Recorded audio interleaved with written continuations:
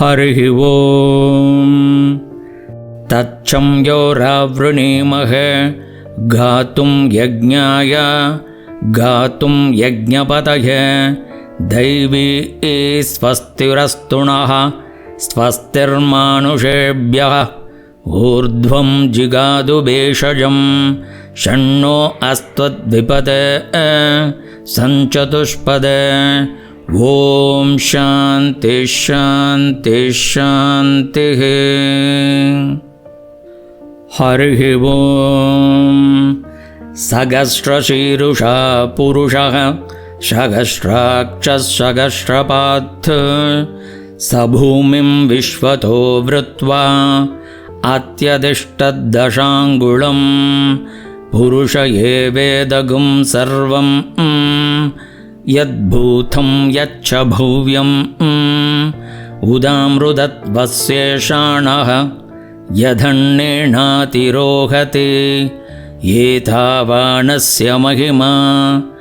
अतो जायागुश्च पूरुषः पादोऽस्य विश्वा भूतानि त्रिपादस्यामृतं दिवि त्रिपादूर्ध्व उदैत्पुरुषः पादोऽस्येह भवात् पुनः ततो विश्वं व्यक्रामत्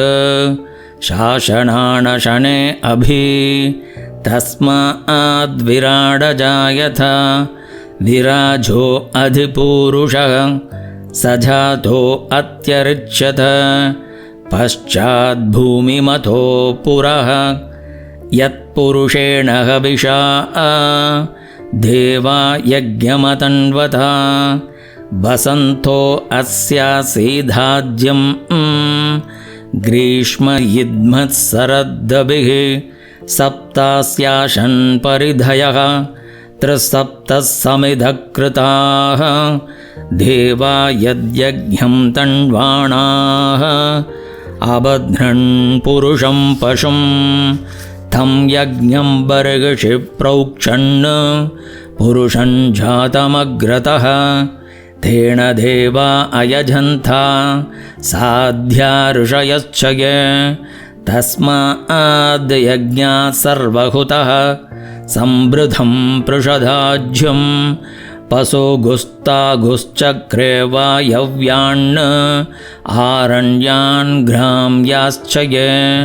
तस्माद्यज्ञात् सर्वहुतः रुचः सामानि जज्ञिरे छन्दागुंसि जज्ञिरे तस्मात् यजुस्तस्मादजायत तस्मादश्वा अजायन्त ये केचोभयादतः गावोह जज्ञिरे तस्मात् तस्माज्जाता अजावयः यत्पुरुषं व्यददुः कतिधा व्यकल्पयन् मुखं किमस्य कौ बाहु कावूरुपादा उच्येते ब्राह्मणोऽस्य मुखमासीत् बाहुराजन्यकृतः ऊरुददस्य यद्वैश्यः बद्भ्याघुं शूद्रो अजायत चन्द्रमा मनसो जातः चक्षुः सूर्यो अजायत मुखादिन्द्रश्चाग्निश्च प्राणाद्वायुरजायत नाभ्या आसीदन्तरिक्षं शीर्ष्णोऽध्यौ समवर्तत बद्भ्यां भूमिर्दिशस्रोत्रात् तथा लोकाघुम् अकल्पयन् वेदाहमेतं पुरुषं महान्तम् आदित्यवर्णं तमसस्तु पारे सर्वाणि रूपाणि विचित्य धीरः नामानि कृत्वाभिवदन् यदास्ते धाता पुरस्ताद्यमुधा जहार शक्रप्रविद्वान् प्रतिशच्चदस्रः तमेवं विद्वानमृत इह भवति नान्यपन्था अयनाय विद्यते यज्ञेन यज्ञमयजन्त देवाः तानि धर्माणि प्रथमान्यासन् ते गणाकं महिमानः सचन्त यत्र पूर्वे साध्या सन्ति देवाः आद्यः सम्भूतपृथिव्यैरसाश्च विश्वकर्मणः समवर्तदाधि तस्य त्वष्टा विदधत् रूपमेति तत्पुरुषस्य विश्वमाझाणमग्रे वेदाहमेतं पुरुषं महान्तम् आदित्यवर्णं तमसः परस्तात् तमेवं विद्वानमृत इह भवति नान्यपन्था विद्यते गणाय प्रजापतिश्चरति गर्भे अन्तः अजायमानो बहुधा विजायते तस्य धीरा परिजानन्ति योनिं मरीचीणां पदमिच्छन्ति वेदसः यो देवेभ्य आतपति यो देवानां पुरोहितः पूर्वो यो देवेभ्यो जातः नमो रुचाय ब्राह्मये